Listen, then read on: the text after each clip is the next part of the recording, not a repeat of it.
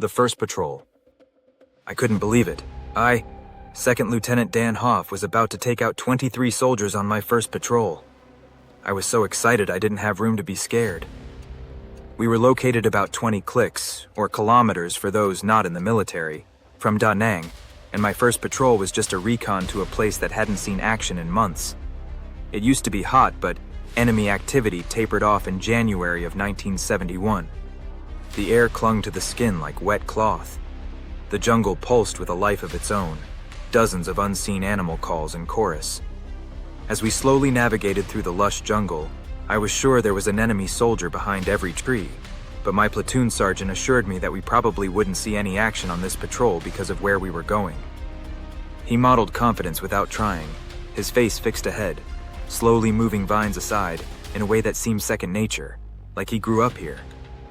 His voice was low but steady, as if acting with conviction could bend the truth of why we were here. The patrol behind me, 23 men, some visible, others not, was a well-trained machine, and I couldn't believe that I was finally part of it. The sounds that should have reassured, the buzz of cicadas, the dripping water, the sigh of wind, felt staged, like a soundtrack to a movie we were in. I wiped sweat from my eyes, telling myself that the silence underneath it was nothing, only the press of humidity, not the measured breath of someone watching. We moved like that for hours.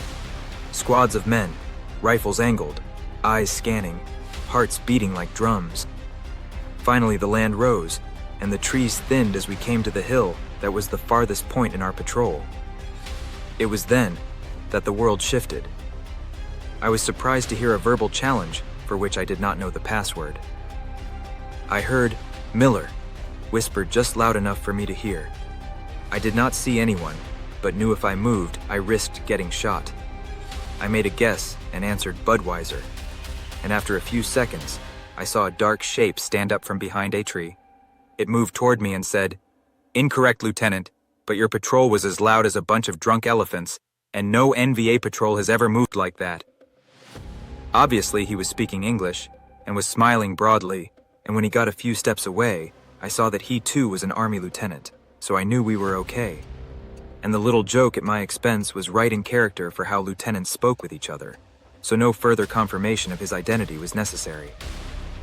He took my hand in a friendly way and said, "It's been a while since another patrol has come this way.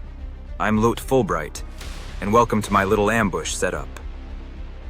As we talked, the platoon sergeant established a perimeter, and the friendly lieutenant pointed out where his smaller unit already had positions. We all went down on a knee, and he asked me questions about our forward operating base, or FOB. I got the impression that he had been out on patrol for quite a while. His questions were ordinary. Who had rotated in and out? Did anyone get wounded or KIA in the last few months? Any promotions? That kind of thing. His face carried a weariness that was more than fatigue. It was as though the jungle itself had worn him down, absorbed him, then sent him back out in its service. After about 15 minutes, I knew I had to get going to maintain our schedule, and when my new friend saw me getting ready, he said, "Do me a favor. Take this report to Colonel Fulbright. He's my uncle, and give him this so he knows it's from me," he said, tearing off one of his dog tags. I didn't think twice about it, and stuffed both into my pants pocket and buttoned it up. He waved as he stood in the small clearing as we filed by, and that was the high point of our patrol. We had found the hill, which was our objective, and then found our way back home, a successful patrol. 2. The command post. Back at the FOB, I got something to eat and then got some sleep. After changing into a cleaner uniform, I found their port and dog tag, so I set out for the command post to hand them over to the colonel. He wasn't there, of course, so I caught up with the lieutenant on radio duty who I knew from airborne school. But all too soon, the colonel showed up and I handed him the report, which I had not read, and the dog tag.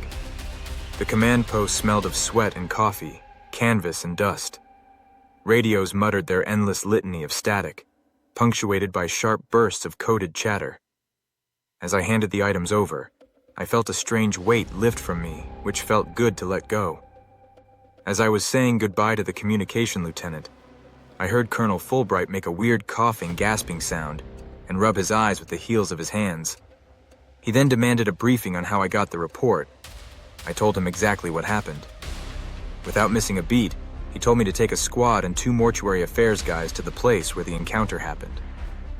I asked, "Sir, why the mortuary guys?" He pushed the report toward me. I picked it up and read it. It was a typical sitrep, detailing contact with the enemy and friendly casualties. I was stunned, though, to see a list of everyone on the patrol with KIA after their name. "Sir," I shook his hand. "He's okay," it tried to say with confidence. Colonel Fulbright glared at me and said, "Then why do we have his dog tag? In what world does a man voluntarily give up his dog tag? Plus, they've been missing for 6 months." The report blurred in my hands. The hastily scrawled letters were right there in black and white. 6 months. And yet I had seen him, heard him, touched him. I understood then that whatever I had met in the jungle was not unknown to the colonel. His reaction was not the shock of discovery, but the horror of finally knowing. 3. The clearing again. I did what Colonel Fulbright ordered and took a squad and 2 mortuary specialists to the point where Lieutenant Fulbright's ambush was set up. Somehow his uncle was right. We found the remains of 7 soldiers around that small clearing. And by the tree where I saw him rise from was the remains of the lieutenant, with only 1 dog tag left. There are moments when the world seems to pause, as if awaiting judgment. The clearing was such a place. 7 bodies, sunken, skeletal, bound to the earth, lay as they had fallen. Time had worried their bones, but the locations of death remained intact. And by the tree where I had seen him step out whole and grinning, there lay the husk of Lieutenant Fulbright.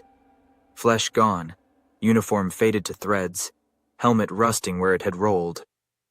The dog tag on his ribs caught the sun and reflected the light, making it easier to see. The mortuary specialists bent to their work in silence, their movements reverent. One of my men crossed himself. Another whispered something half prayer, half curse. The jungle pressed in close, the green canopy holding its breath as if curious to see how we would respond. I touched the bark of the tree where he had emerged. It was scarred, marked by multiple bullets. I felt no coolness now, only the hot press of the air, suffocating and absolute. 4. The wait. How this happened, and how the colonel accepted it so matter-of-factly, I do not know, and I do not waste time trying to figure it out. I do know that after my year I went home, spent the rest of my time in Fort Snelling, and got out. But the war does not let you go. It writes itself into your marrow. I did not return to the clearing, but it returned tomb. In dreams I heard the challenge, "Miller," and my mouth, dry, answering, "Budweiser." I felt again the clasp of that cool hand, the grin that belonged to no living man, and most of all, the look in Colonel Fulbright's eyes when he realized the jungle had given him his nephew back, if only for a cruel moment, only to confirm the loss.